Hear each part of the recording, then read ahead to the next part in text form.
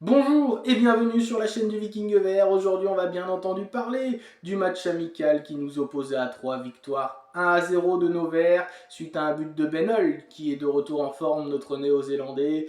Et on va parler de ce match amical qui s'est déroulé à Geoffroy Guichard. Donc, un petit truc qui m'a un petit peu énervé. Et puis, sinon, il y a eu pas mal de positifs dans ce match. Mais avant toute chose, n'hésite pas à t'abonner bien sûr, et puis à liker la vidéo, la partager si tu apprécies mon contenu, et puis donne-moi en commentaire ton avis sur ce match si tu l'as vu, et puis si tu ne l'as pas vu, bah, dis-moi ce que tu en retires de ce que tu as vu, écrit ou entendu d'un peu partout des gens qui l'avaient vu. Donc voilà.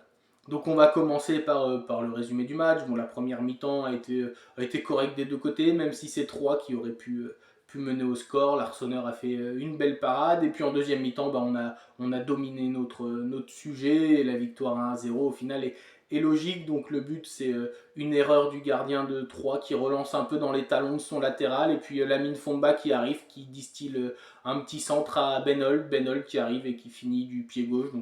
Donc un beau but, un beau pressing qui a mis en danger les Troyens. D'ailleurs, c'est ce que Horneland veut, du pressing haut. Bah voilà, on récupère les ballons haut et on marque. Donc c'est que ça fonctionne.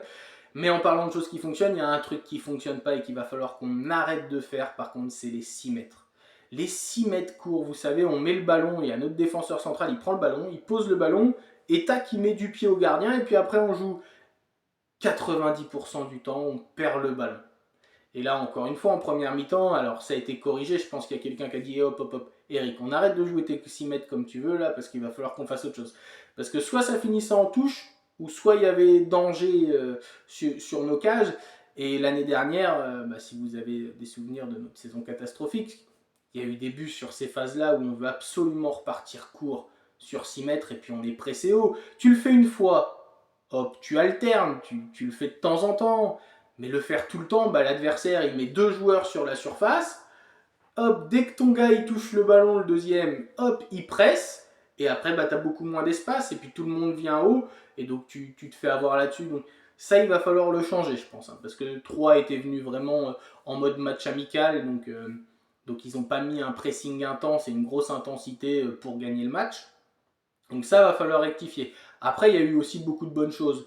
On a vu des joueurs qui sont prêts physiquement. Et ça, je pense que d'avoir passé le staff à l'anglaise, à l'heure anglaise, eh ben, c'est plus que positif. Hein. Je pense que Tive de Chelsea, là, qui vient de Chelsea chez nous, ah ben, il doit envoyer du lourd. D'ailleurs, on le voit sur les vidéos que met le club. Hein. Ça travaille beaucoup et c'est très intéressant parce que Benold, il a fait les 90 minutes, il a pu enchaîner les courses, etc. à haute intensité et dépasser ses adversaires en vitesse.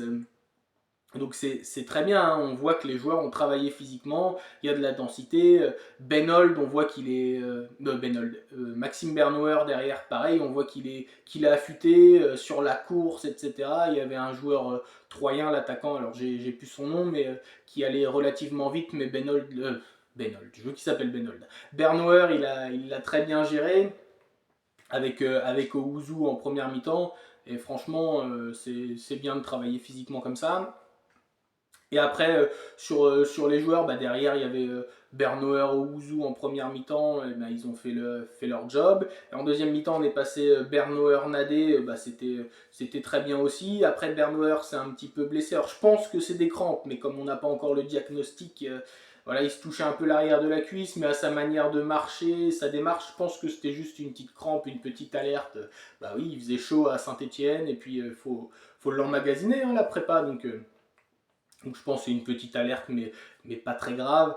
Mais sinon, voilà, le match défensif a été bon. Au milieu de terrain, Jabber, Tardieu et Miladinovic, bah, Jabber a fait beaucoup de fautes. Je l'avais dit dans ma vidéo de présentation, attention, Jabber, il peut faire beaucoup de fautes, mais ils ont été solides. Ça fait plaisir de voir un gars comme Tardieu en forme physiquement. Il est capable d'enchaîner les courses et on voit qu'il est affûté. Puis Miladinovic, bon, bah, je l'ai trouvé bon, hein, 45 minutes, il a joué 45 minutes, mais franchement, il a été de l'avant, ses contrôles, ça apportait toujours du danger, donc j'ai trouvé Miladinovic très bon, il a été remplacé par Fomba qui fait la passe décisive, Fomba qui a fait un match correct, et puis devant j'ai trouvé Boaké qui débutait très moyen, Cardona sur le côté gauche il a alterné le bon et le moins bon, Et puis Benold a fait un gros match.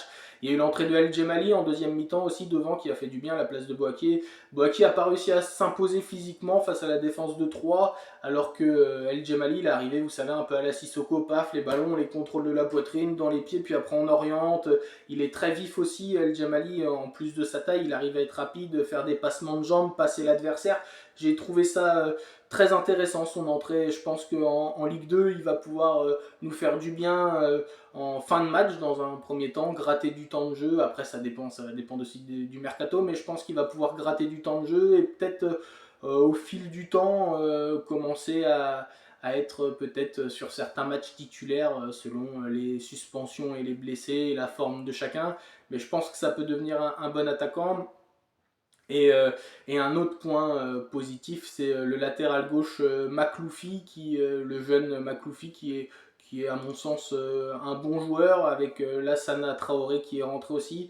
Les deux latérales gauche, les deux jeunes, je les ai trouvés intéressants. Alors plus Makloufi que Traoré. Traoré, il a alterné le bon et le moins bon. Il a fait beaucoup de fautes un peu à l'arrache, mais bon, il y a la préparation, etc. On va pas, on va pas tirer à boulet rouge sur quelqu'un. Mais je pense que les deux, ça peut le faire sur la saison. Alors je pense qu'il va quand même falloir recruter quelqu'un, mais à la limite, ça va pas être trop dérangeant le côté gauche. Mais par contre, le côté droit des latéraux va être plus difficile. Voilà. Masson, Apia, je trouvais Masson meilleur que Apia quand même. Mais voilà, on sent qu'ils peuvent vite être dépassés, vite faire des erreurs. Voilà, les deux, je pense qu'aussi on les a peut-être trop vus maintenant. Et ouais, je pense que latéral droit, faut passer à autre chose. Ça, c'est une certitude. Mais sinon, le match dans l'ensemble est très positif. Voilà, ce qu'il faut retenir, c'est qu'on a des jeunes qui s'intègrent bien, des anciens qui physiquement sont prêts, et on a une prépa qui a l'air d'être dans les temps, dans ce qu'il faut. Et c'est très bien ainsi. Voilà, n'hésite pas à me dire ce que tu en as pensé. C'était le Viking Vert. Ciao, ciao!